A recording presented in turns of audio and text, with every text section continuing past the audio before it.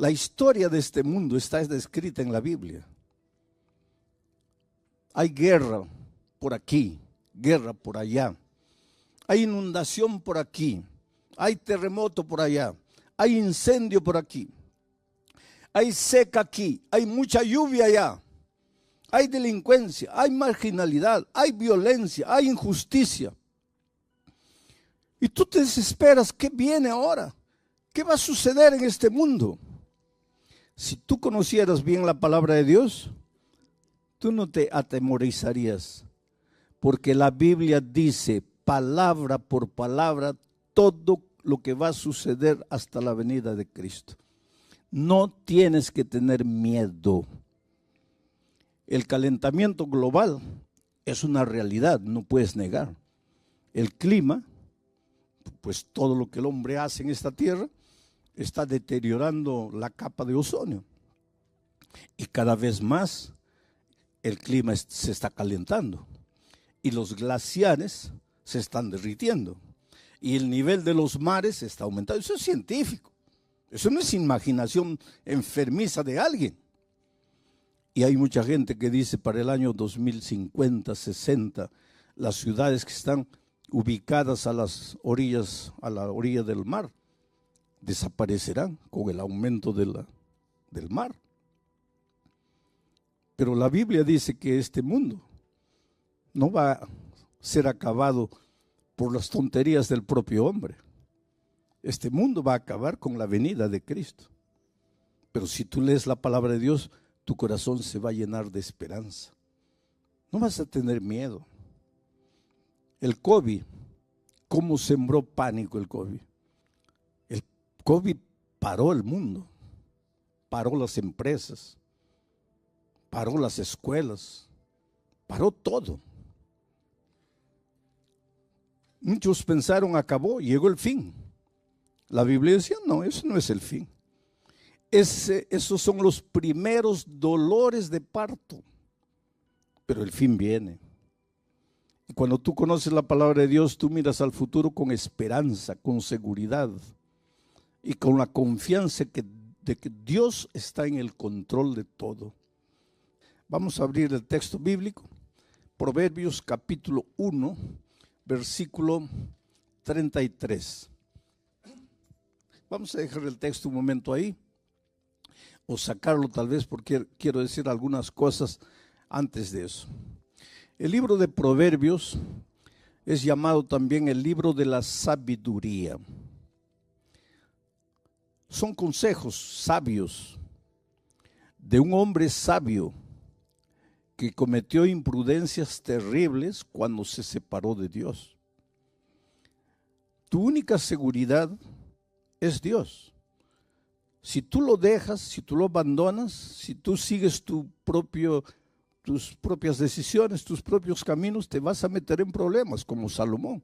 Cuando se separó de Dios, se metió en problemas terribles. Gracias a Dios, que si tú lees su historia, en la vejez se arrepintió y regresó a Dios.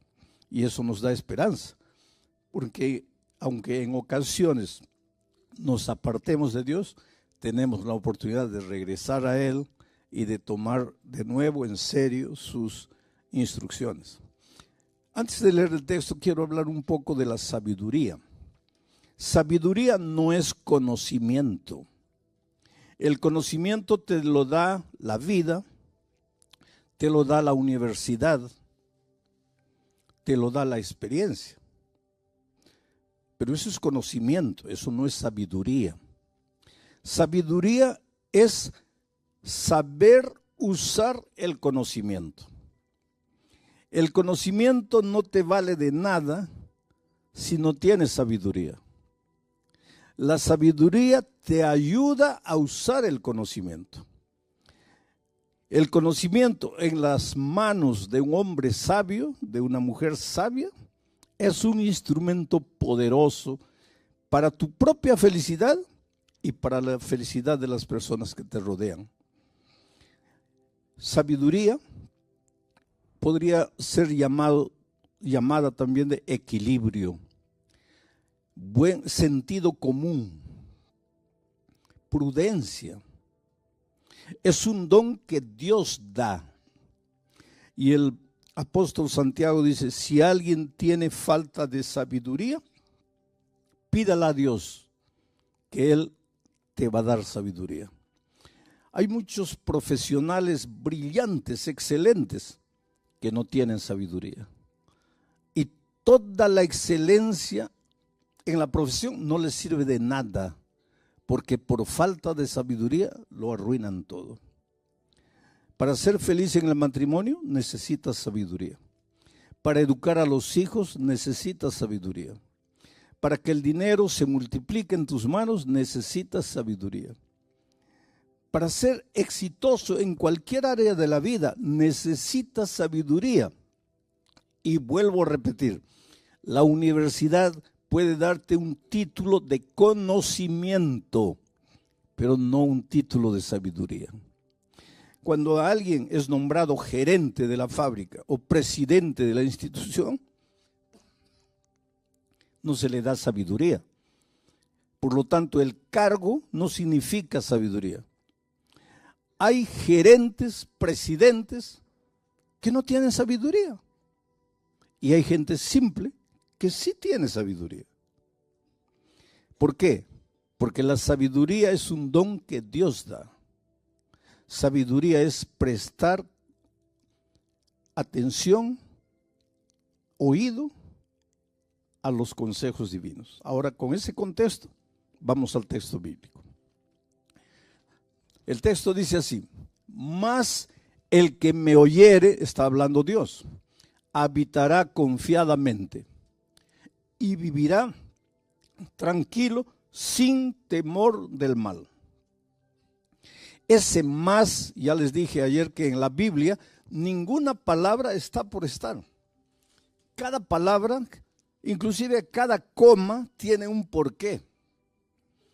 Hay que prestar atención a todo. Ese más, que quiere decir pero, que quiere decir sin embargo, nos da a entender que para comprender correctamente el texto, hay que leer los versículos anteriores. Y los versículos anteriores está hablando del dolor y de los sufrimientos de los hombres que no son sabios, de los que siguen sus instintos, de los que escogen su propio camino. Esos sufren. Esos no tienen paz ni de día ni de noche. Esos viven en permanente estado de ansiedad y de miedo. Mas, pero, sin embargo, el que me oyere, dice Dios, el que prestare atención a lo que yo voy a enseñar, ese habitará confiadamente y vivirá tranquilo, sin temor del mal. ¿Qué cosa es la ansiedad? La ansiedad tiene que ver con el miedo, pero no es miedo por lo que está sucediendo. Porque si, por ejemplo, viene un terremoto en este momento, es lógico que nos atemoricemos porque la tierra empieza a temblar. Pero eso no es ansiedad. Ansiedad es miedo por lo que todavía no ha sucedido. Es miedo por lo que tú imaginas que va a suceder. Es miedo por lo que no ha llegado. En otras palabras, es un miedo que no tiene sentido. Porque que la tierra tiemble en este momento y tratemos de protegernos, tiene sentido. Pero que la tierra no tiemble y yo comience a atemorizarme porque tal vez la tierra va a temblar un día. Ansiedad es eso. Miedo por lo que no ha pasado. Veo todas las estadísticas, los hogares se están separando, la gente ya no está llevando a serio el matrimonio y yo comienzo a tener ansiedad, miedo. Ay, ¿no será que mi matrimonio también se va a acabar? ¿Pero por qué? Porque las estadísticas dicen que los matrimonios están terminando. Yo voy a comenzar a tener miedo de algo que no ha sucedido. Y si ustedes se dan cuenta, en nuestra vida muchas veces nuestros temores no tienen fundamento. Nuestros temores se basan en suposiciones futuras, en lo que tal vez va a suceder. Entonces, ¿cuál es el consejo de Dios?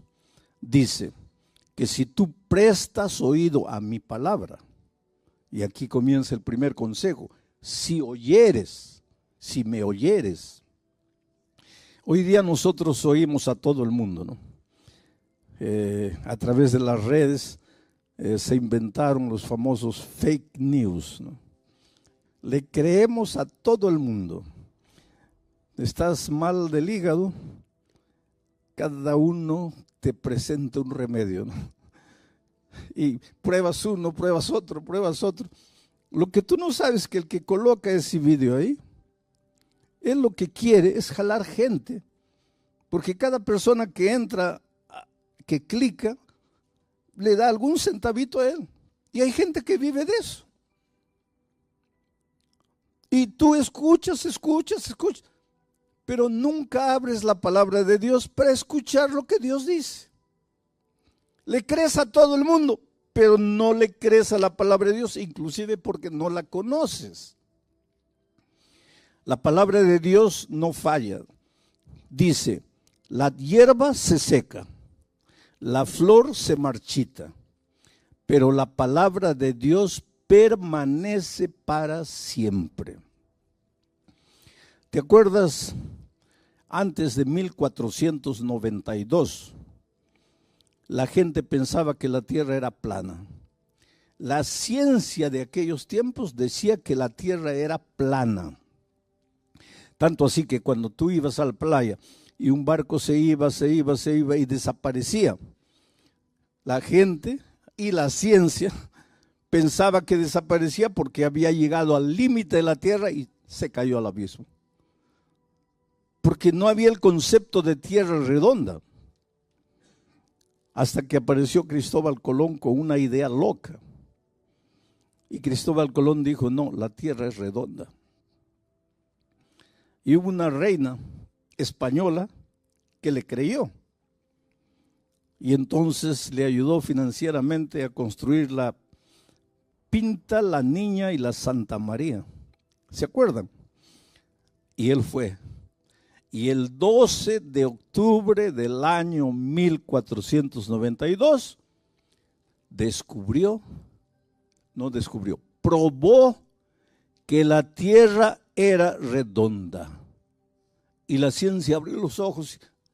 Tienes razón, la tierra es redonda. ¿Qué año? 1492. 1492. Pero hasta el año 200 de nuestra era, el canon bíblico ya había sido cerrado. ¿Y sabes lo que la Biblia decía? Que la tierra es redonda. Y en 1492 la ciencia abre los ojos para decir que la tierra es redonda. Una cosa que la Biblia ya lo decía.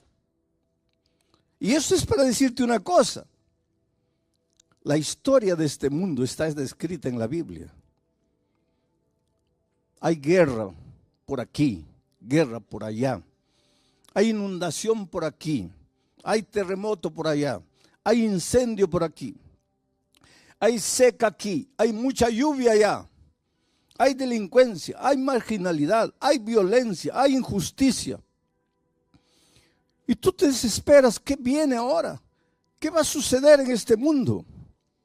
Si tú conocieras bien la palabra de Dios, tú no te atemorizarías, porque la Biblia dice palabra por palabra todo lo que va a suceder hasta la venida de Cristo.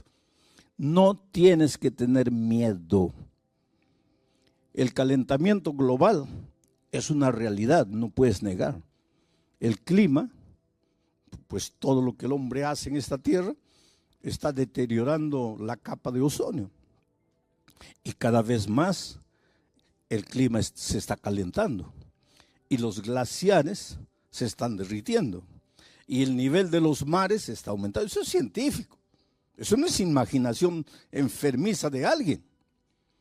Y hay mucha gente que dice para el año 2050, 60, las ciudades que están ubicadas a las orillas, a la orilla del mar, desaparecerán con el aumento del mar.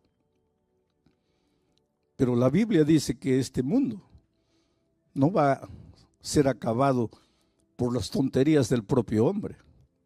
Este mundo va a acabar con la venida de Cristo. Pero si tú lees la palabra de Dios, tu corazón se va a llenar de esperanza. No vas a tener miedo. El COVID, ¿cómo sembró pánico el COVID? El COVID paró el mundo, paró las empresas, paró las escuelas, paró todo. Muchos pensaron, acabó, llegó el fin. La Biblia decía, no, eso no es el fin. Esos son los primeros dolores de parto, pero el fin viene. Y cuando tú conoces la palabra de Dios, tú miras al futuro con esperanza, con seguridad y con la confianza de que Dios está en el control de todo. Y Dios te ama y Dios está en el control de tu vida. Y si yo hubiera muerto con el COVID, yo siempre me preguntaba, porque yo siempre predico, enseño y digo que los cristianos no tenemos que tener miedo de la muerte. ¿Por qué? Porque de acuerdo con la Biblia, los cristianos no morimos, dormimos, reposamos, descansamos para despertar con la segunda venida de Cristo. Eso es lo que la palabra de Dios dice. La palabra de Dios no dice que cuando mueres tu espíritu sale vagando por ahí para reencarnarse. Los seres humanos pueden decir lo que quieran, pero eso no dice la Biblia. La Biblia dice que cuando el hombre muere, su cuerpo vuelve al polvo como era y el soplo de vida vuelve a Dios y se acabó. Estás durmiendo hasta la venida de Cristo. Entonces, ¿y si yo hubiera muerto con el COVID? Como yo siempre dije que no hay que tener miedo de la muerte, pero siempre cuando estaba solo me preguntaba, sí, es fácil decir no hay que tener miedo a la muerte porque estás con salud, con vida, pero ¿cómo será el día que llegue la hora en que vas a morir? Y me llegó la hora, porque los médicos dijeron, ya no hay salida. Pero entonces entendí el valor de la esperanza. Tú sabes que al inicio, porque yo estuve 45 días y 3 semanas de esos 45 días en la unidad de tratamiento intensivo y 48 horas ya inconsciente. Cuando yo al inicio yo le pedí a Dios, lógico como todos, Señor, mire, yo vine aquí a este país a predicar tu palabra y por favor pues restaura mi salud, tengo que terminar el trabajo porque no lo había concluido todavía. Señor, levántame, cúrame, sáname, tú eres Dios de milagros. Pero cuando fui empeorando, llegó un momento en que yo sentí que me iba. Y yo no dije a Dios, ya cúrame. Yo simplemente le dije, Señor, muchas gracias por todo lo que hiciste en mi vida hasta aquí. Voy a descansar. Solo te pido que cuando Jesús vuelva, quiero ver a mi familia y quiero ver a mi iglesia. Y me apagué. Cuando yo salí del hospital, una médica me dijo, yo no creo en Dios, pero usted cree. Y quiero que sepa de una cosa, desde el punto de vista de la medicina, usted no tenía esperanza de vida.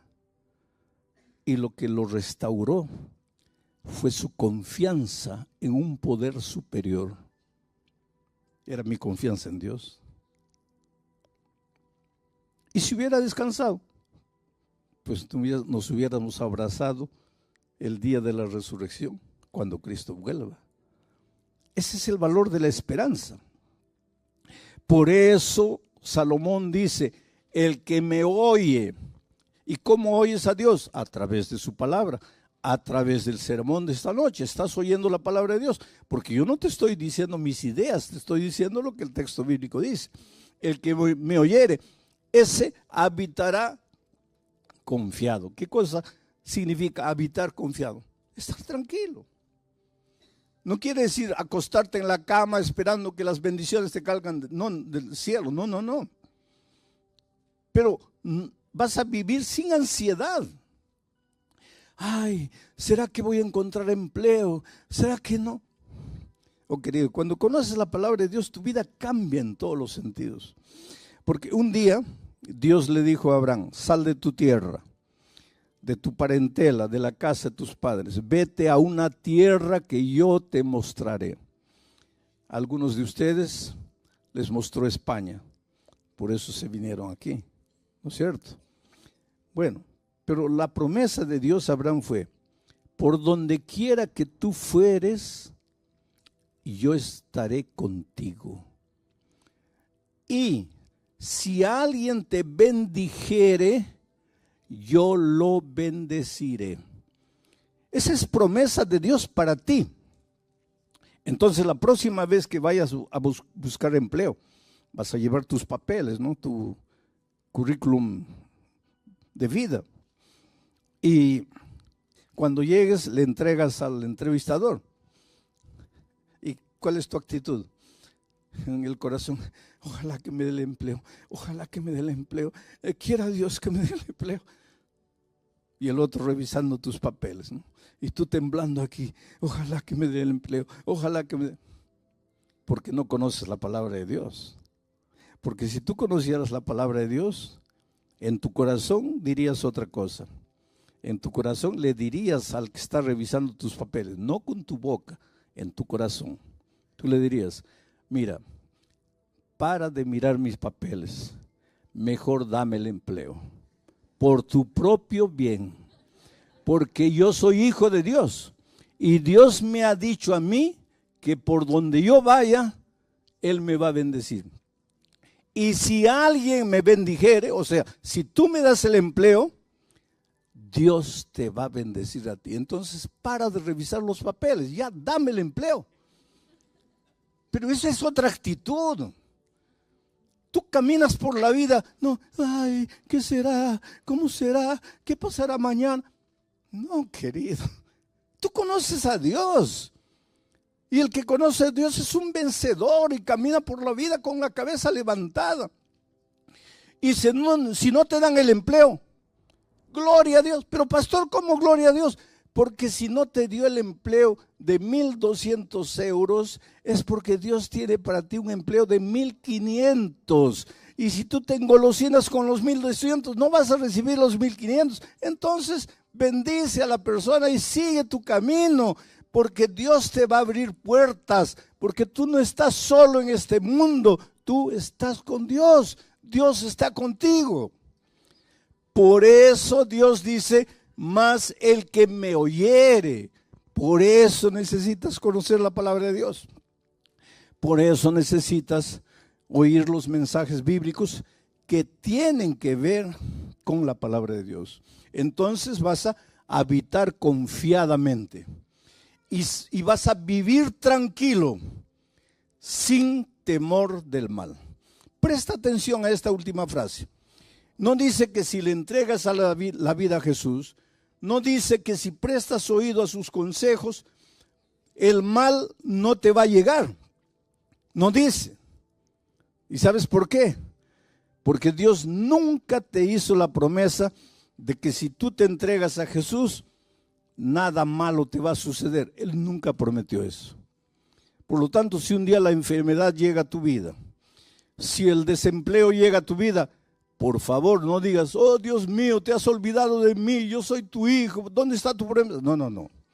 Porque Él nunca te prometió que en esta vida de dolor, en esta vida de miseria y de pecado, nunca vas a tener problemas. Él nunca te prometió. Lo que Él te prometió es que en medio de los problemas, tú vas a vivir seguro, tranquilo, confiadamente. ¿Por qué? Porque sabes que tienes un Dios todopoderoso que no falla. Ahora, un ejemplo bíblico de todo esto que dije hasta aquí. ¿Te acuerdas cuando los discípulos estaban en alto mar un día? Y el cielo se puso negro, negro, negro.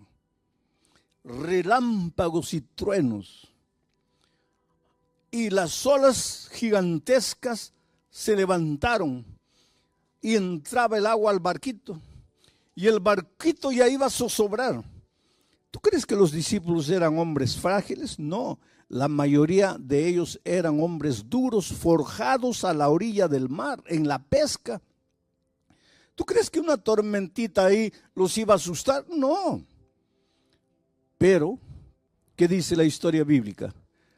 Que ellos lucharon toda la noche. Y a la cuarta vigilia, ¿qué significa la cuarta vigilia? Es que los judíos en esos tiempos dividían a la noche en 4 vigilias. De 6 de la tarde a 9 de la noche, primera vigilia. 9 de la noche a medianoche, segunda vigilia. Medianoche a 3 de la mañana, tercera vigilia. 3 de la mañana a 6 de la mañana, cuarta vigilia. Y la Biblia dice que Jesús apareció en la cuarta vigilia. ¿Qué hora sería más o menos? ¿Qué hora sería? Entre 3 y 6. ¿Quieres mi opinión personal? Eso no dice la Biblia. Aquí estoy colocando mi opinión personal. Debe haber sido 5 y 15 de la mañana. ¿Pero por qué, pastor? Porque era el momento más oscuro de la noche. Yo siempre pensé que el momento más oscuro de la noche era medianoche. No es. El momento más oscuro de la noche es faltando 5, 10 minutos para que la luz del nuevo día aparezca. Entonces, si en este momento tú estás viviendo el momento más oscuro de tu vida, si tú sientes que ya no tienes fuerzas, si tú sientes que ya todo acabó, que ya estás perdido, alégrate. Porque eso quiere decir que dentro de 5 o 10 minutos el sol del nuevo día va a nacer en tu vida. No te desesperes. Jesús apareció en el momento más oscuro, la cuarta vigilia. Y los discípulos se asustaron. Habían clamado en la noche, Señor, ayúdanos. Ahora Jesús aparece y se asustan. ¿Por qué? Porque Jesús no apareció como ellos esperaban que apareciese. Y aquí hay una lección valiosa, querido. Muchas veces las respuestas divinas no son o no llegan a tu vida como tú quisieras que lleguen. ¿Cómo esperaban esos discípulos a Jesús? No sé, voy a imaginar. Tal vez volando en el aire porque era Dios, echándoles una cuerda para que se agarrasen y los rescataron, o en un helicóptero, o que de repente Jesús hiciese calmar la tempestad, hiciese salir el sol. Yo no sé. Lo que ellos nunca esperaron es que Jesús iba a aparecer andando sobre el agua. Tanto así que cuando lo vieron, en lugar de alegrarse, se asustaron. Es un fantasma, es un fantasma. Y entonces Jesús dijo una cosa: soy yo, no tengáis miedo. Esta es la clave. Soy yo, no tengáis miedo. Entonces Pedro le dijo: Señor, si eres tú, manda que yo también camine sobre las aguas. Y Jesús le dijo: ven. Y Pedro, que un minuto atrás estaba con el corazón lleno de miedo, porque lo que te paraliza, lo que te incapacita de ser feliz, lo que te destruye, es el miedo. No son las circunstancias. El problema para los discípulos no era lo que pasaba exteriormente. Por más oscuridad, por más olas gigantescas, por más tormenta, el problema no era ese. El problema estaba dentro de ellos, miedo. Pero cuando Jesús apareció y dijo: no tengáis miedo, es como si Jesús hubiera colocado la mano, arrancado el miedo. Y ahora Pedro, sin miedo, es capaz de sacar el pie del barco y pisar el agua y caminar sobre el agua. ¿Sabes cuál es el mensaje para ti esta noche? Que enfrentas dificultades en la vida, no voy a negar. Y cada uno de ustedes sabe las luchas que enfrenta. En la vida familiar, en la vida profesional, en la vida personal. Pero cada uno de nosotros se enfrenta a alguna lucha. Y tú piensas que tu problema, no, mi problema es la esposa, no es el esposo, es el hijo, es el patrón, es el jefe. No, querido. Tu problema está aquí en el corazón. Es el temor, es el miedo. ¿Y qué sucede cuando vas a Jesús? Calma la tempestad, hace brillar el sol. No. Saca el miedo. Y ahora sin miedo, tú eres capaz de andar por encima de las aguas en medio de la noche oscura. Todos quisiéramos que Dios hiciese brillar el sol a medianoche para nosotros. Esos son milagros. Y Dios es capaz de hacer milagros. Y los hace. Pero todos quisiéramos milagros. Pero el más grande milagro que Dios hace es curarte por dentro. Porque el mejor instrumento para resolver tus problemas eres tú mismo, pero curado del miedo. Ahora tú con tu corazón lleno de ansiedad, lleno de temor, esperando un milagro, nada va a cambiar. Jesús no viene para colocar un adhesivo encima de la llaga. Jesús viene para limpiar la llaga de verdad y colocar mertiolate o alcohol. Y tú gritas de dolor. Tú preferirías un band-aid. Jesús no coloca band-aids. Jesús cura de verdad. Aunque la curación de Jesús te duela y te haga llorar, pero te va a curar de verdad. Y esta noche tú puedes volver a la casa feliz. Mira otra promesa más del Señor Jesucristo en el siguiente texto. Estas cosas, dice Jesús, os he hablado. ¿A través de qué? De esta palabra. Estas cosas os he hablado para que en mí tengáis paz. En el mundo donde trabajas, en tu barrio, en la lucha diaria, tendrás aflicción. Pero no tengas miedo. Confiad. Yo he vencido al mundo. En este mundo vas a encontrar dificultades, pero no tengas miedo, porque si estás conmigo, tu corazón va a estar lleno de paz. Y con tu corazón lleno de paz, nada va a ser capaz de destruirte. Que venga la noche oscura, que vengan las tormentas, los truenos, los relámpagos, las olas. Con Cristo tú eres capaz de caminar por encima del mar. Y esto no es teoría. Esto es vida práctica. Porque yo he encontrado gente destruida. Estaba una vez en Santa Cruz de la Sierra, Bolivia. Y como todas las noches hago una invitación. Y dije, la primera noche, ¿cuántos quieren aceptar a Jesús como su Salvador?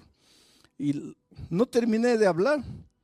Un borrachito se levantó allá atrás y vino tambaleando, completamente ebrio. Vino tambaleando. De tal manera que el público se reía. Porque todos imaginaban ese pobre hombre embriagado, no sabe ni lo que está haciendo, pero él venía. Y llegó aquí, cabello largo, olía mal, porque cuando las otras personas llegaron cerca, muchos respondieron, algunos discretamente se comenzaron a apartar porque no podían soportar el olor.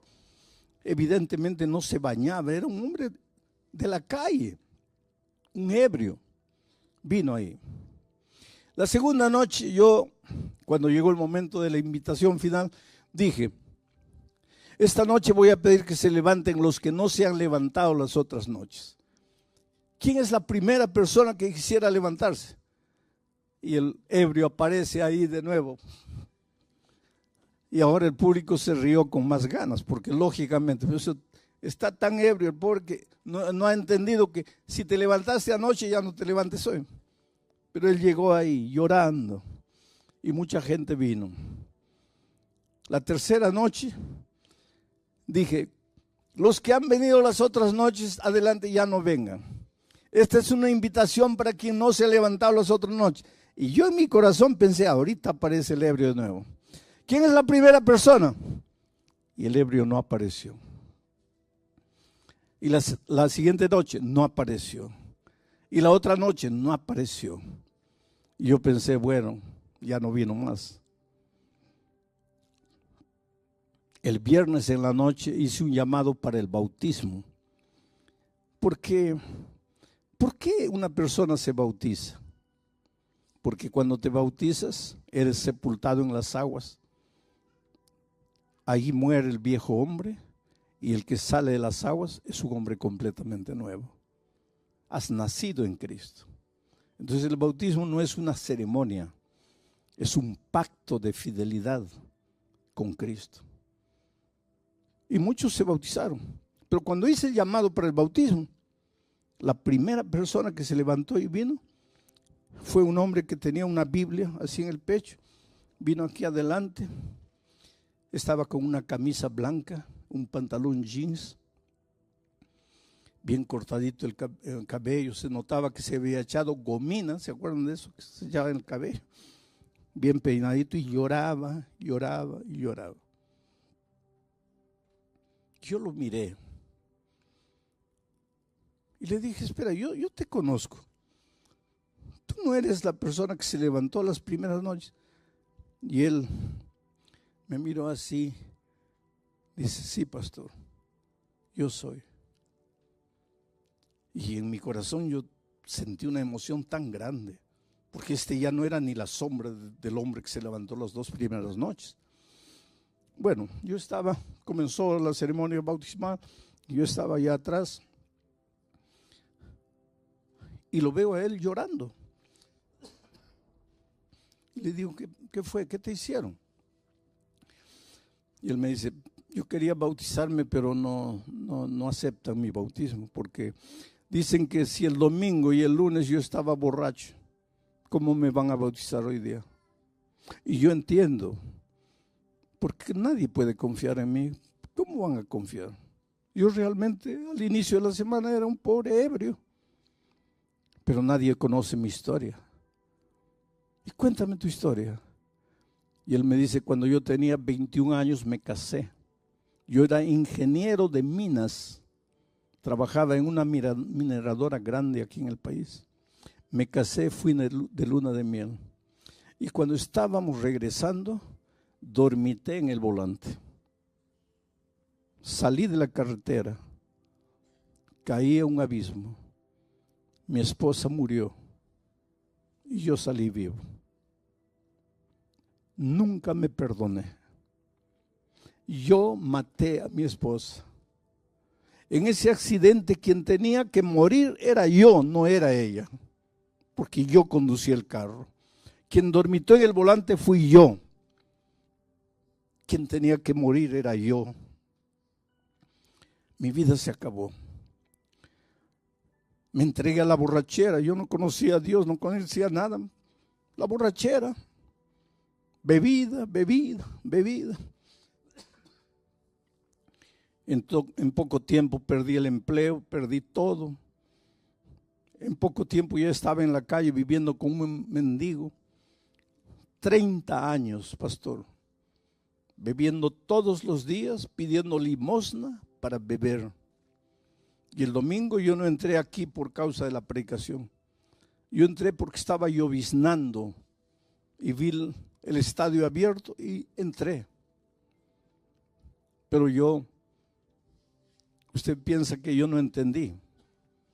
Yo estaba ebrio, pero yo entendía todo.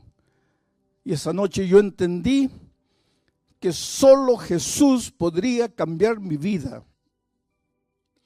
Que mi problema estaba en mi corazón. Yo tenía miedo de vivir. Yo tenía miedo de estar sobrio. Yo necesitaba estar ebrio, porque cuando estaba sobrio me sentía culpable de la muerte de mi esposa. 30 años viviendo en la calle, una vida miserable. ¿Usted quiere que yo no le entendí cuando la segunda noche usted dijo, los que han venido anoche no vengan? Yo le entendí. Pero ¿sabe por qué me levanté? Porque la primera noche después de salir, después de haber venido, después de haber aceptado a Jesús, fui y continué bebiendo. Entonces la segunda noche yo dije, mi decisión de anoche no vale porque yo volví a beber. Me levanto de nuevo. Pero fue el último día que viví. Pastor, después de 30 años, hoy completa 5 días que no coloco una gota de alcohol en mi boca. Pero nadie me conoce. ¿Cómo pueden confiar en mí?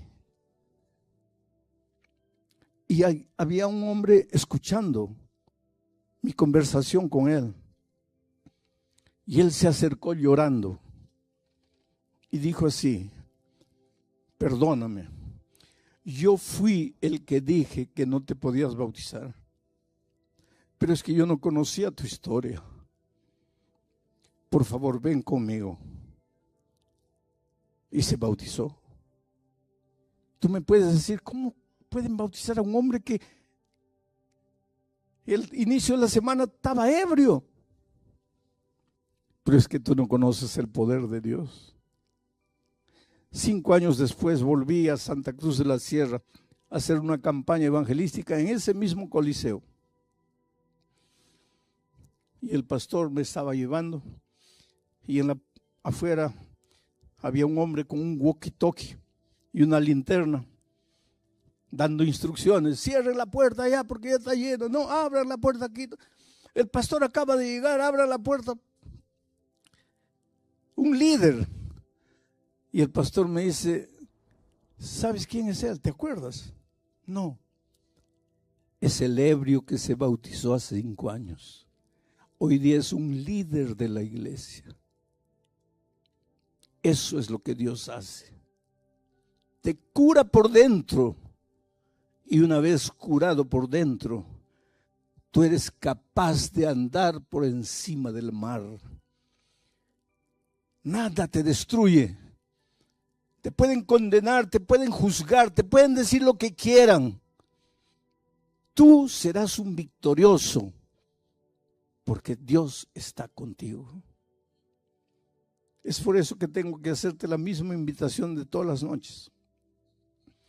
Y voy a repetir lo que dije en Bolivia. Si te levantaste anoche, ya no te levantes hoy. Pero si no estuviste anoche, o si estuviste anoche pero no te levantaste, mi invitación es para ti. ¿Quieres venir aquí adelante y decirle, Señor, saca el temor de mi corazón, saca la ansiedad, saca el miedo, cúrame, ayúdame a ser un vencedor en medio de las dificultades? No te pido que saques las dificultades de mi vida, te pido que me hagas fuerte para vencer las dificultades. Yo voy a estar orando en mi corazón para que el Espíritu de Dios te traiga. Si quieres decirle esta noche a Jesús, Señor, cúrame por dentro. Hazme un hombre nuevo, una mujer nueva.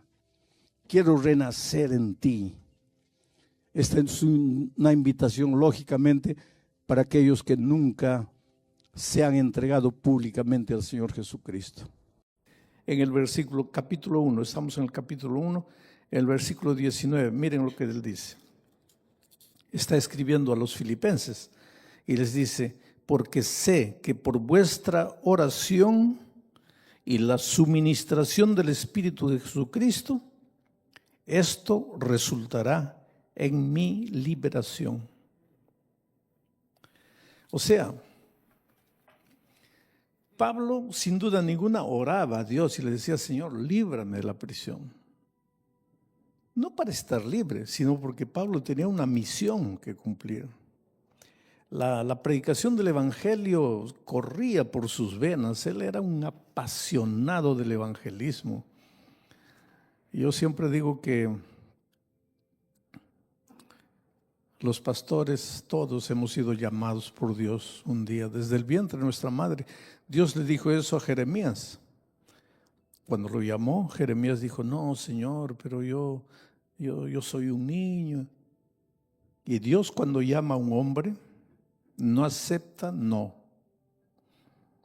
Lo llamó a Moisés. Moisés le dijo, no, pero yo no sé hablar. No, no digas no sé hablar. Llamó a Jeremías, no, pero yo soy un niño. No, no digas yo soy un niño.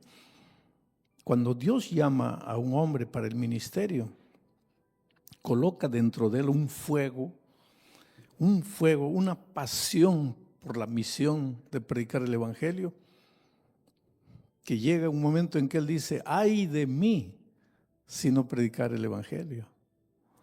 Y eso no tiene que ver con día, con noche, eso no tiene que ver con estar en la obra activa o estar jubilado.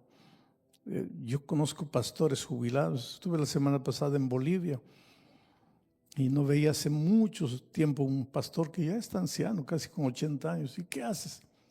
Me dice, fundando nuevas iglesias. 80 años. Ya no recibe sueldo, nada. Fundando nuevas iglesias. Esa es la pasión. Él no fue pastor porque recibía un sueldo, sino que está en su corazón. Y Pablo era así. La pasión del evangelismo lo consumía. Entonces, cuando lo prendieron en Roma, pues él suplicaba, Dios mío, líbrame de las prisiones, líbrame de las prisiones. Tú eres poderoso. Y no solo eso, sino que le escribió a los filipenses y les dijo, hermanos, oren por mí para que Dios me libre de las prisiones. Y más todavía les dice a los filipenses, y yo sé que porque ustedes están orando por mí, finalmente Dios me va a librar. Ahora, lo que ustedes no saben es que Pablo murió y nunca fue librado de la prisión. Entonces viene la pregunta aquí, ¿y a dónde se fueron todas las oraciones de los filipenses? ¿Y a dónde se fue la oración de él mismo? Entonces, este es el tema de esta noche. ¿Por qué a veces Dios da la impresión de que no te responde?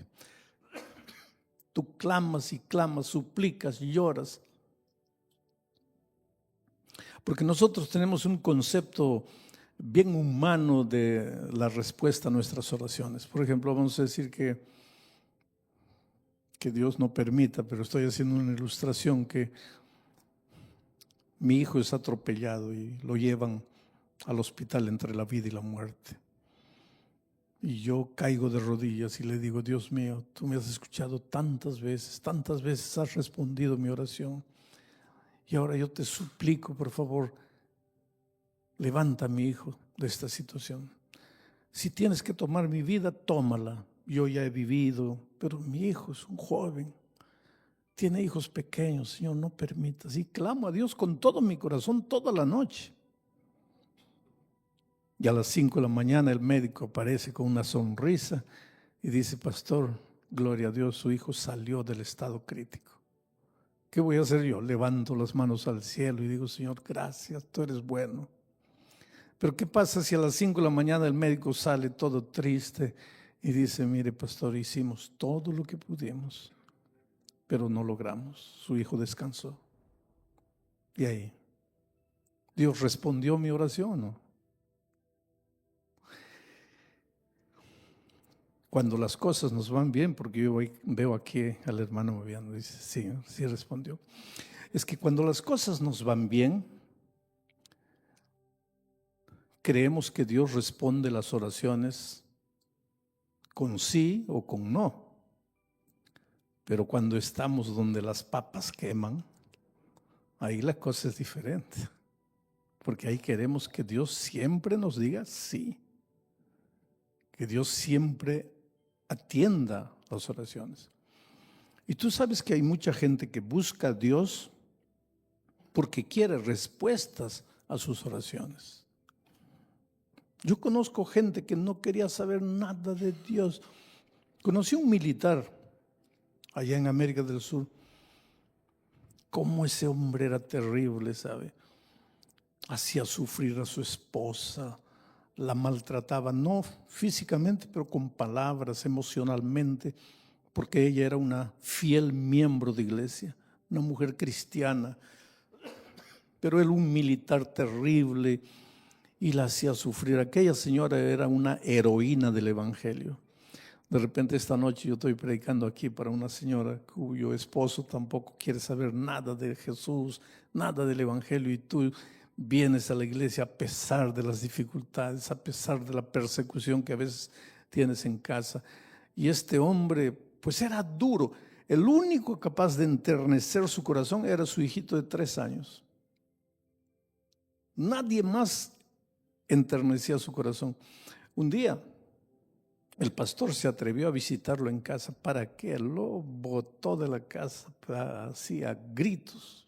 Lo expulsó fuera de aquí. Yo no te pedí que vinieras. Pero un día el hijito de 3 años, los médicos le dicen está con leucemia. La única manera de salvarlo sería un trasplante de médula de un hermanito, pero no tenía, era el único. Entonces el médico dijo, el único remedio es que ustedes tengan otro hijo y que él provea lo que el niño necesita para recuperarse. Pero hasta tener el hijo y todo, pues ya no había tiempo, el niño se estaba muriendo. Y ese hombre ateo que no creía en Dios, no creía en Jesús, no creía en la palabra de Dios, al ver a su hijito muriendo, cayó de rodillas y levantó los ojos al cielo y dijo, Señor, cura a mi hijo, por favor. Si tú sanas a mi hijo, yo seré tu siervo para el resto de mi vida. Te serviré. Perdóname por lo que hice, porque no te acepté, porque te negué, porque perseguí a mi esposa.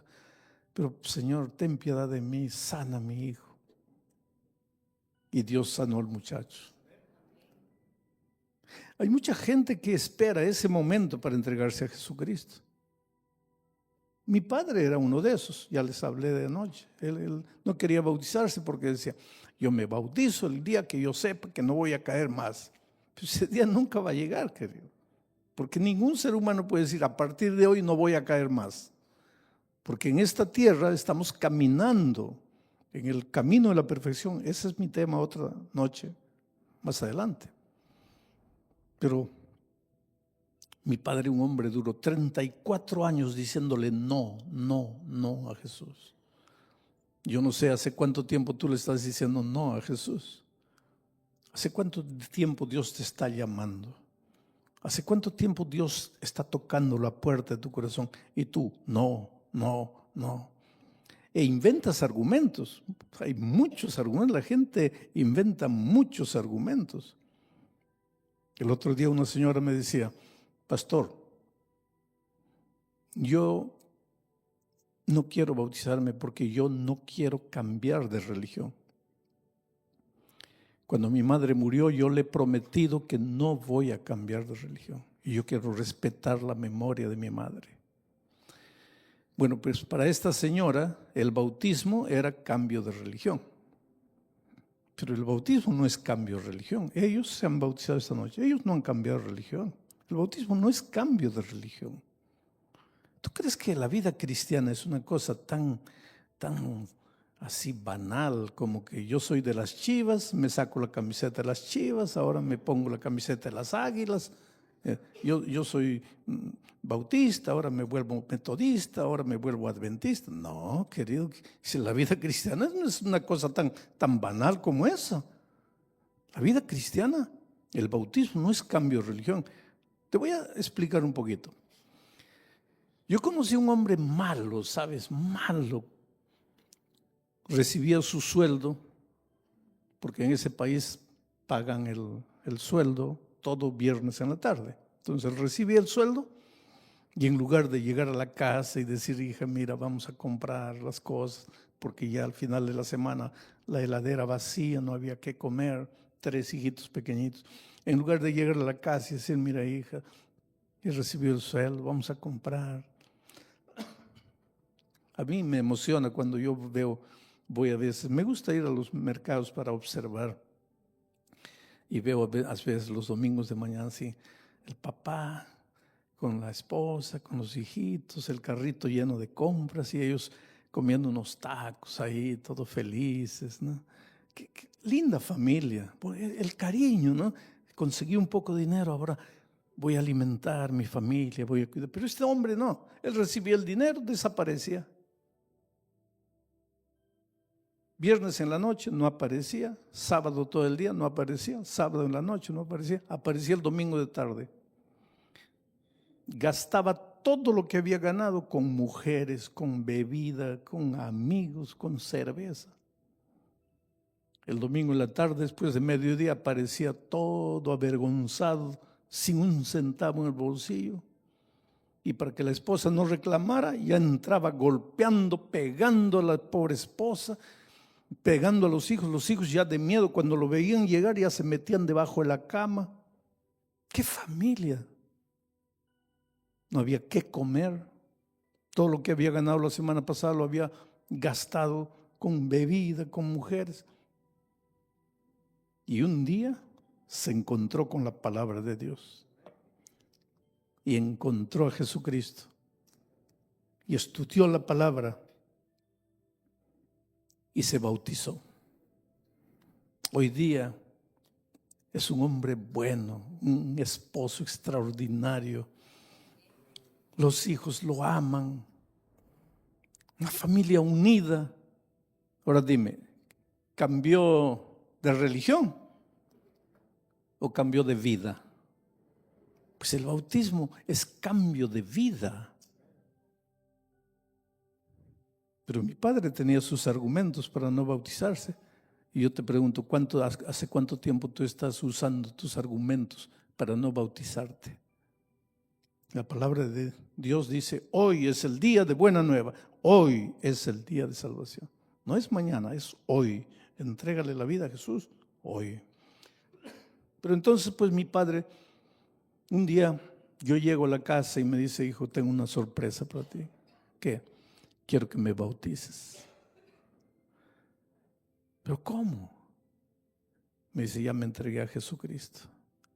Y el pastor quería bautizarme, pero yo le pedí, por favor, que tú llegaras, porque yo quiero que tú me bautices.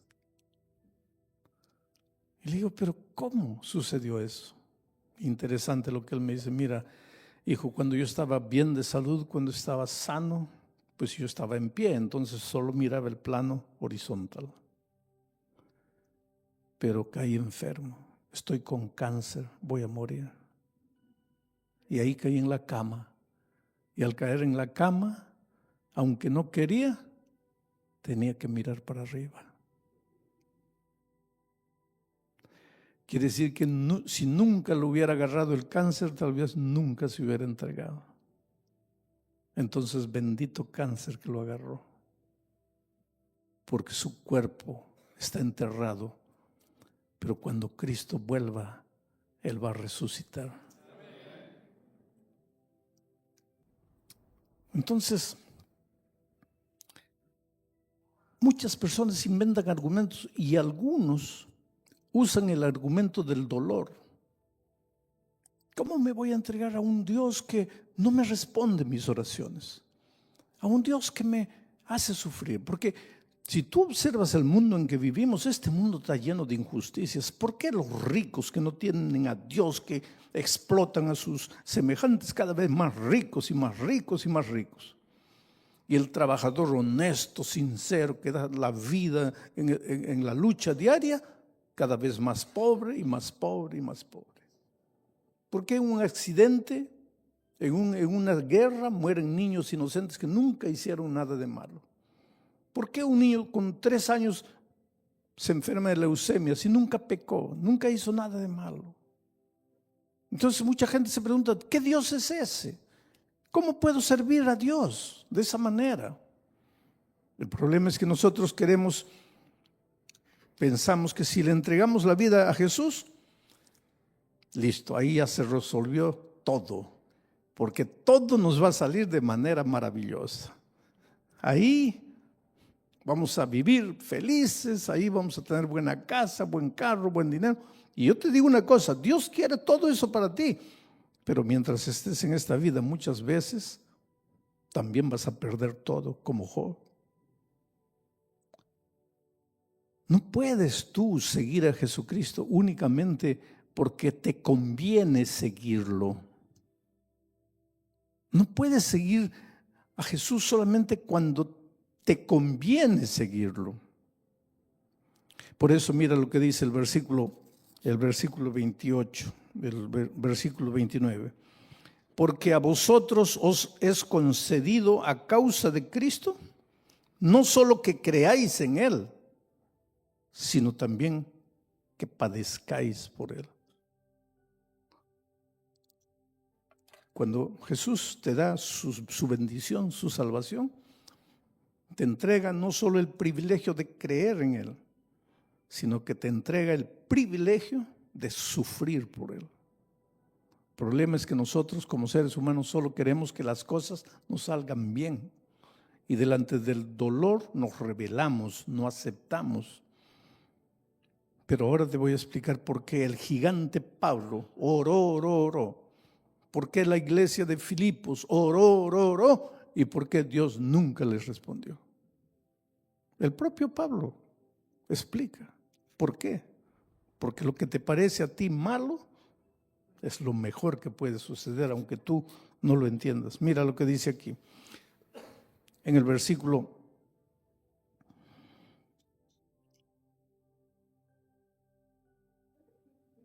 12. Dice, quiero que sepáis, hermanos, que las cosas que me han sucedido han redundado más bien para el progreso del Evangelio. De tal manera que mis prisiones se han hecho patentes en Cristo, en todo el pretorio y a todos los demás. Ya les dije que Pablo estaba preso, primero en la prisión, después lo llevaron a una casa particular, pero ahí estaba amarrado, cada 6 horas le cambiaban un soldado, el pobre no podía escapar. Pero luego, en lugar de estar llorando, Dios me ha abandonado, a cada soldado que lo amarraban, Pablo le predicaba. Y ganó muchos de esos soldados para Cristo. De tal manera que cuando termina la epístola, mira en el capítulo 4, cuando termina la epístola, en el versículo 22, escribe a los filipenses y les dice, todos los santos os saludan. ¿Quiénes son los santos? Los miembros de la iglesia, ¿no? Todos los santos os saludan y especialmente los de la casa de César. ¿Quiénes son esos de la casa de César? Todos los soldados que César le había mandado y que él había ganado y los había bautizado. Entonces, sus prisiones sirvieron para que los propósitos divinos se cumplieran. Ningún dolor llega a tu vida sin un propósito. Y cuando parece que Dios demora en responderte, es porque Dios tiene un plan especial para tu vida. Te voy a ilustrar esto con un incidente de la vida de Cristo. ¿Te acuerdas de Lázaro? Lázaro era un amigo personal de Jesucristo. Lázaro y sus hermanas María y Marta vivían en Betania, a 5 kilómetros de la ciudad de Jerusalén. Algunos de ustedes parece que están yendo a Jerusalén ahora en noviembre, ¿no? Y van a tener el privilegio de estar en Jerusalén. Si ustedes miran de un lado, a unos 5 kilómetros, está la ciudad de Betania. Y cada vez que Jesús estaba en los alrededores de Jerusalén y comenzaba a llegar la noche para dormir, Jesús no dormía en Jerusalén. Jesús le decía a sus discípulos, vamos a Betania a dormir. ¿Y dónde dormían en Betania? Se hospedaban en la casa de Lázaro, porque Lázaro era su amigo personal. Pero también porque una hermana de Lázaro, llamada Marta, era una tremenda cocinera. Le gustaba estar ahí. Una de las pocas casas donde Jesús se hospedaba, le gustaba estar, era en la casa de Lázaro. Un día cuando estaban yendo allá, estaban con tanto hambre que vieron una higuera, así como unos 200 metros del camino, y llena de hojas. Y cuando una higuera está llena de hojas, pues debe tener higos, ¿no? Entonces le dice a Jesús, vamos a recoger. Y cuando llegaron, la higuera no tenía, solo tenía hoja, no tenía higos. Y Jesús maldijo la la higuera, y al día siguiente cuando volvían de Betania para Jerusalén, la higuera se había secado. ¿Te acuerdas de esos incidentes? Un día Lázaro se enfermó y los hermanos mandaron emisarios a Jesús. Y esos emisarios llegaron y le dijeron: Señor, Lázaro, aquel a quien tú amas, está enfermo. Ahora yo les hago una pregunta. ¿Las personas a quienes Jesús ama también se enferman? Y Lázaro no solo se enfermó, sino que murió. Y ahora yo les pregunto, ¿las personas a quienes Jesús ama también mueren? ¿También mueren de accidente de tránsito, de accidente de avión, de cáncer? Oh, querido, jamás pienses que porque las cosas no te salen como tú quieres, Dios no te ama. Tú eres lo más precioso que Dios tiene. Dios te ama. Pero tienes que aprender a entender que muchas veces Dios no trabaja como tu mente humana quiere que trabaje, sino como Dios en su soberanía sabe que debe trabajar. Pero hay una cosa que poca gente entiende. Los emisarios llegaron a Jesús y le dijeron: Señor, Lázaro, aquel a quien tú amas, está enfermo. Y Jesús demoró un día, demoró 2 días, demoró 3 días. Seguro que las hermanas aquí seguían orando: Señor, ¿a qué hora viene Jesús? ¿A qué hora viene Jesús? ¿A qué hora viene Jesús? Es amigo de Lázaro, Lázaro se está muriendo. Y Jesús parece que ni le importaba a su amigo Lázaro, seguía tranquilo aquí. Y entonces un momento para y dice a sus discípulos: ahora sí, ya vamos, porque ya murió. Sí, ¿para qué si ya murió? Y justamente cuando llega, una de ellas, de las hermanas, viene y dice: Señor, ¿y ya para qué viniste? Ya murió. Te oramos tanto, te pedimos tanto, te suplicamos tanto y no nos hiciste caso. Ahora, ¿para qué? Ya está muerto. ¿Por qué Jesús demoró? Esto tenemos que entender. Mira, tu corazón es de este tamaño. Lo que tú le pides a Dios, para ti es lo mejor, ¿no? Señor, dame $1 millón, $1 millón, $1 millón. Pero tú piensas que $1 millón va a resolver tu vida. Y si Dios sabe que va a resolver tu vida, no te va a dar 1, te va a dar 100 millones. Señor, cúrame del cáncer, cúrame del cáncer. Y si Dios sabe que lo mejor es curarte el cáncer, te va a curar. Dios sabe lo que tú necesitas antes que se lo pidas. Pero el corazón de Marta y María estaba así, de ese tamaño. ¿Qué querían? Una sanidad. Señor, sana a mi hermano, sana a mi hermano, sana a mi hermano. Solo que Jesús tenía para ellas una bendición mucho más grande que una santidad, una sanidad. Jesús tenía para ellas, no una sanidad. ¿Qué es lo que tenía? Una resurrección. Solo que en ese corazoncito solo cabía una sanidad. ¿Por qué demoró Jesús? Porque cuando demora Jesús, tu corazoncito que está esperando solo lo que tú estás pidiendo, en ese largo proceso de seguir esperando y seguir clamando, tu corazón se va abriendo, se va abriendo, se va abriendo. Y cuando ya cabe una resurrección, Jesús te da la resurrección. Quiere decir, cuando Dios parece que no te responde, es porque lo que le estás pidiendo es poco. Y Dios tiene algo mejor, mucho más grande para ti, pero que no cabe en tu corazón. Y Él demora, lo que tú piensas que es demora, Él no está demorando, pero Él está esperando que tu corazón se prepare para recibir la bendición que Él tiene para ti.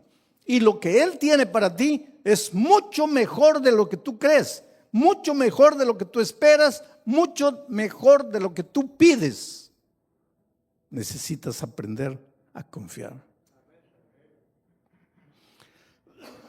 Hace muchos años en el Brasil sucedió una de las más grandes tragedias. Había un congreso de jóvenes en la ciudad de Curitiba a unos 500 kilómetros de la ciudad de San Pablo, al sur. Y el coro de jóvenes de la iglesia central de San Pablo, 40 jóvenes, llenaron un ómnibus y fueron a cantar al Congreso. El sábado en la noche, cuando terminó el Congreso, ellos estaban regresando para San Pablo y el ómnibus se choca con un camión cargado de fierros de construcción. 22 jóvenes murieron en la hora. Pero la tragedia no es esa. Eso ya sería trágico. Pero había otra tragedia. Una niña de 20 años se acababa de convertir y se acababa de bautizar. Y te digo una cosa, querido, muchas veces los que más te van a perseguir cuando tú decides entregarte al Señor Jesús no son tus enemigos, son tus amigos, es tu familia que no te va a entender, que no te va a comprender. Y cuando esta niña fue y dijo a sus padres, quiero bautizarme, ellos quedaron enfurecidos, estás loca, te están lavando la cabeza, te están engañando, te están mintiendo, después te van a pedir los diezmos, que esto, que aquello, pues argumentos que se usan. Y ella fiel a Dios, no, yo sé en quién he creído. Y el día que decidió bautizarse, el padre le dijo, mira, si tú tienes vergüenza, si tú tienes dignidad, después de tu bautismo no deberías venir más a la casa. Yo no te voy a votar porque eres mi hija. Pero si tú tuvieras dignidad después de tu bautismo, no pisas más aquí. La niña no tenía dónde ir, volvió a su casa. Pero la familia, papá, mamá y hermanos, la secaron completamente. Nadie le hablaba. Cuando estaban comiendo y ella se sentaba, ellos se retiraban. Entonces ella comía sola. Una vida triste. Ya estaba hasta pensando salir de la casa, pero decía, si yo salgo, la posibilidad de ganarlos para Cristo se acabó. Entonces yo tengo que permanecer aquí, porque estando aquí, por lo menos tengo la posibilidad de un día ganarlos para el Señor Jesús. Y la niña cantaba en el coro. Y el jueves, antes de iniciar la excursión para Curitiba, ella se acercó al papá y le dijo, mira papá, estoy yendo con el coro de la iglesia a Curitiba. Y quiso darle un beso. Y él sacó el cuerpo y le dice, pues ándate, ¿qué me avisas? ¿No haces con tu vida lo que te da la gana? ¿Qué tienes que avisar? ¿No te bautizaste contra mi consejo? ¿Y ahora para qué me avisas que te vas a Curitiba? Ándate donde quieras, haz con tu vida lo que quieras. Pobre niña, se fue. Y el sábado en la noche, cuando el ómnibus estaba regresando, ella fue una de las que murió. Ese hombre apareció en la puerta de la iglesia esa noche, ¿sabes? Gritando, hizo un escándalo, amenazó con hacer un proceso contra la iglesia, que esto, que aquello. La niña era mayor de edad, no podían hacernos nada, pero el escándalo que provocó. Y los periodistas al día siguiente publicaron la noticia en letras grandes que decía así: ¿dónde estaba anoche Dios mientras sus hijos le cantaban? Porque los muchachos venían cantando himnos en el ómnibus, y en medio de esos cánticos de alabanza a Dios, el ómnibus choca y ellos mueren.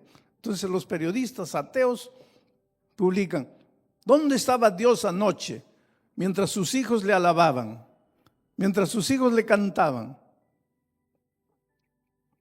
El día del entierro fue una escena tremenda. 22 cajones comenzaron a bajar a la tumba, y los muchachos que restaban, que quedaron vivos, cantaban. Un coro partido por la mitad, cantaban la esperanza del encuentro con Cristo, pero al mismo tiempo que cantaban, lloraban, las lágrimas rodaban y ellos cantaban. Y el papá apareció, el papá de la muchacha, y cuando el cajón fue bajado al sepulcro, él se arrojó y gritando decía, por favor, cúbrame, yo quiero ser enterrado con mi hija, yo quiero morir con mi hija. Y ahí se abrazaba del cajón. Y le decía, mira hija, el jueves cuando quisiste darme el último beso, yo no sabía que te estabas despidiendo. Perdóname, perdóname. Pero ella ya estaba muerta. Los muertos ya no saben nada. Si quieres pedir perdón a alguien, pídele ahora. Si tienes que decirle que amas a tu esposa, díselo ahora. Si tienes que hacer cualquier cosa, hazlo ahora.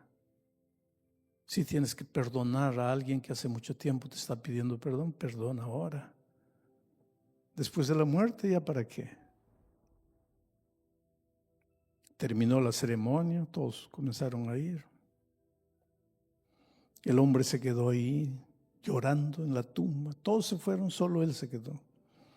Pero cuando ellos estaban a distancia, la mejor amiga de la hija de este hombre, que era justamente la compañera de universidad, que la evangelizó, que le habló de Jesús, que la trajo al conocimiento de la palabra, miró y vio que el papá de su amiga muerta estaba ahí llorando, arrodillado en la tumba. Entonces regresó solo ella y le dijo, Señor, mire, yo sé que usted está sufriendo mucho. Y él la miró y le dice, ustedes son locos. Yo no los entiendo a ustedes. ¿Cómo pueden cantar? ¿Cómo pueden cantar? Yo estoy aquí destrozado, estoy acabado, estoy muerto. Mi hija está aquí y ustedes cantando. ¿Cómo pueden? ¿Cómo son capaces de cantar? Ustedes no tienen corazón, no tienen sentimiento. Y ella le dijo, Señor, usted no ha visto bien. Nosotros no solo cantábamos, al mismo tiempo que cantábamos, llorábamos. Llorábamos porque nuestros amigos solo despertarán cuando Cristo venga. Pero cantábamos porque tenemos esperanza. Porque mi amiga va a resucitar cuando Cristo vuelva y yo la voy a abrazar. Y los ojos de aquel hombre se iluminaron. Le dijeron, ¿qué? ¿Mi hija va a resucitar? Sí. ¿Cómo sabes que va a resucitar? Y ella metió la mano a la bolsa y sacó la Biblia y leyó Tesalonicenses. Cuando suene la trompeta, los muertos en Cristo resucitarán primero. Y ella murió en Cristo y va a resucitar y yo la voy a abrazar. Y él dice, entonces yo también la voy a abrazar. Ah, no sé, Señor. ¿Cómo no sé? ¿No dices que va a resucitar? Claro que va a resucitar. Entonces la voy a abrazar. No sé. ¿Pero cómo no sabes? Es que ella murió en Cristo. Ahora yo le pregunto, ¿usted ya está en Cristo? ¿Ya le entregó la vida a Jesús? Y el hombre le dijo, ¿y qué hago? ¿Qué hago para entregarme a Jesús? Ella le dijo, aquí, levante los ojos al cielo y diga, Señor, te entrego mi vida. Hoy ese hombre está bautizado, la esposa está bautizada y los 7 hijos que sobrevivieron están bautizados.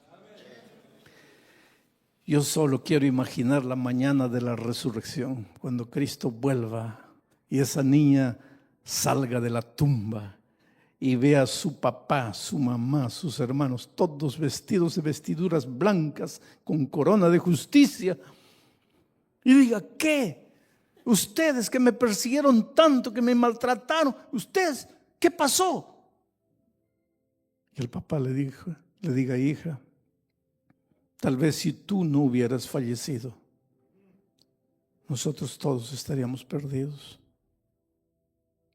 Pero fue por causa de tu muerte que nosotros estamos salvos. ¿Por qué Dios no libertó a Pablo? Porque si lo hubiera libertado, esos soldados romanos que él ganó, tal vez nunca se hubieran convertido, pero fue gracias a sus prisiones que ahora él decía, los de la casa de César os saludan. Nada te sucede en la vida sin un motivo. Cuando algo malo llega a tu vida, no te preguntes, ¿por qué estoy sufriendo? Pregúntate, ¿para qué estoy sufriendo? Porque todo sufrimiento tiene un propósito. Cuando no tienes a Cristo en la vida, el sufrimiento no tiene sentido.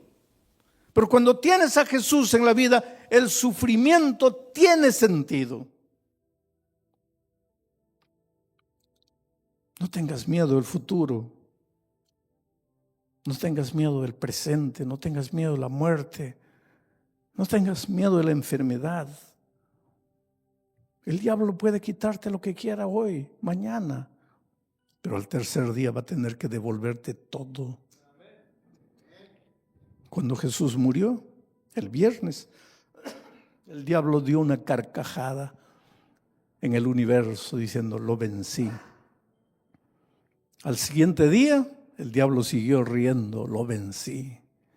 Al tercer día, el diablo amaneció riendo, lo vencí. Pero de repente su carcajada paró en seco, porque la tumba se abrió y Cristo resucitó. ¿Cuál es el mensaje? El diablo se puede reír de ti hoy, mañana, pero al tercer día va a tener que tragar su carcajada, porque Dios es Dios. Dios te va a devolver todo lo que el enemigo te quitó. Pero para eso tienes que tener la seguridad de que tu vida está en las manos de Dios. Tienes que tener seguridad de que te has entregado al Señor Jesucristo. Tienes que tener la seguridad de que vives para Él. Por eso la Biblia dice, hoy es el día de buena nueva. Hoy es el día de salvación. Pastor, ¿qué hago para entregarme? Simplemente dile a Jesús, Señor, yo creo en ti. Estaba predicando en Ucrania en marzo del año pasado. El país estaba en una convulsión política terrible, terrible. Y cuando salí de la predicación encuentro en la puerta un hombre alto, fuerte, 2 metros de altura, enorme, llorando como un niño. Y eso es lo que me impresionó, que un hombre tan grande llorase como un niño. Y me paré. Y le digo, ¿qué te pasa? Y él dice, pastor, mi vida está de cabeza para abajo. Mi hogar destruido, estoy sin empleo, estoy enfermo. Mi vida no tiene sentido. Yo sé que solo Dios puede ayudarme, pastor. Pero es que yo no creo en Dios. Y llorando me dice, pastor, yo quiero creer, porque solo Dios puede ayudarme. Pero tengo un corazón tan duro que no creo. Y me abrazó y dice, pastor, por favor, ayúdeme a creer. Necesito creer. Pues todo lo que tienes que hacer es levantarte y decirle, Señor, yo creo en ti.